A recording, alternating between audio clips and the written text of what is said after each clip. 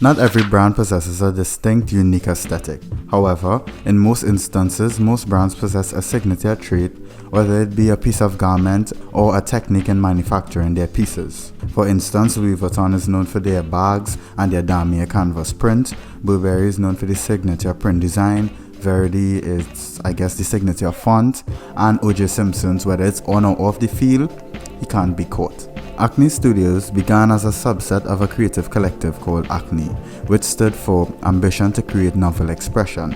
This is not to be confused with ACME, which is essentially the sole founder of Explosives and Warner Studios cartoons, and the reason why most of us have such a creative and warped violent imagination. The objective of the brand was to explore multiple forms of contemporary art, whether it be photography, film, music, art, or illustration.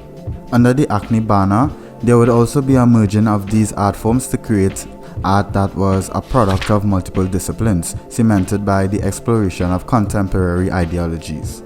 Created in Stockholm, Sweden, ACNE Studios was a subset or sister brand of ACNE in its preliminary stages and was heavily influenced by the group's culture of contemporary artistic appreciation. ACNE Studios was established in 1996 when Sweden lacked any distinct fashion identity and would then become said identity. The only other fashion identity that Sweden had prior to ACNE Studios was H&M. Yes, H&M. That's like saying you're the best player on like the shittiest team, if that makes any sense. The first release from ACNE Studios resonated directly with the ideals of the brand, which was functionality and contemporary art. This was 100 pairs of raw denim jeans with red stitching. This was 1997, I believe. This was given predominantly to friends and family. The jeans were almost an instant success to say the least, and ACNE Studios manifested a reputation for denim. However, this became a source of discomfort as it limited the expectations of the brand, and it became harder to communicate with its fan base that the ambitions of ACNE Studios expanded way beyond just denim, perfectly refining the fit and materials used while all maintaining a down-to-earth, unorthodox but wearable feel. ACNE certainly expanded beyond denim throughout the years, but it was a challenge to communicate this with persons that boxed them in the category of a jeans brand. ACNE Studios is a ready-made brand that admittedly is influenced by many art forms such as literature, film, art, photography, and design.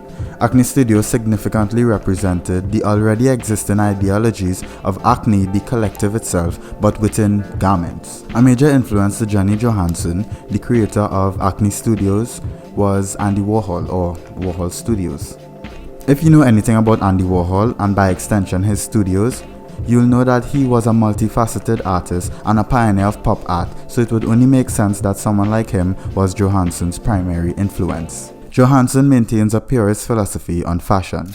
He believes that honesty should be a driving force when creating garments, and by honesty, he was more referring to pieces created should feel true to the person's ideologies and beliefs. Fashion sometimes tries too hard to be extravagant or exotic, but the personal everyday life of a person is honest and more interesting to Johansson. This single characteristic can then have rippling effects throughout the decision one makes in fashion. Decisions such as picking up fabrics, references and inspiration used, and collaborations. When a collaboration lacks honesty, it feels like dry and stiff. It feels manufactured and mechanic, kinda like a blow-up doll. According to him, only through honest collaborations you are able to extract the best from both parties. A good representation of ACNE Studios flexing their knowledge of contemporary art is the Resort 2016 collection. The collection drew heavy influence from Italian pop art and Cubism. The two Italian artists used in this collection was Mario Schifano and Albert Glizes, I believe. Sorry if I pronounced it wrong. The gravity of this collection spoke for itself through the cuts they used, the fits they used, the merger of the two artists using Cubism. Like it really was an appealing collection, to me at least. ACNE only expanded producing bags in 2015, leading to another successful collaboration from them, this time with Mulberry. The collaboration was a bag collection that featured combining an iconic bag from each label, the Bayswater from Mulberry and the Musubi bag from ACNE Studios with moderate alterations.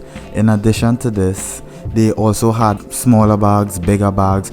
It was an entire bag collection, and a lot of the silhouettes were quite fire.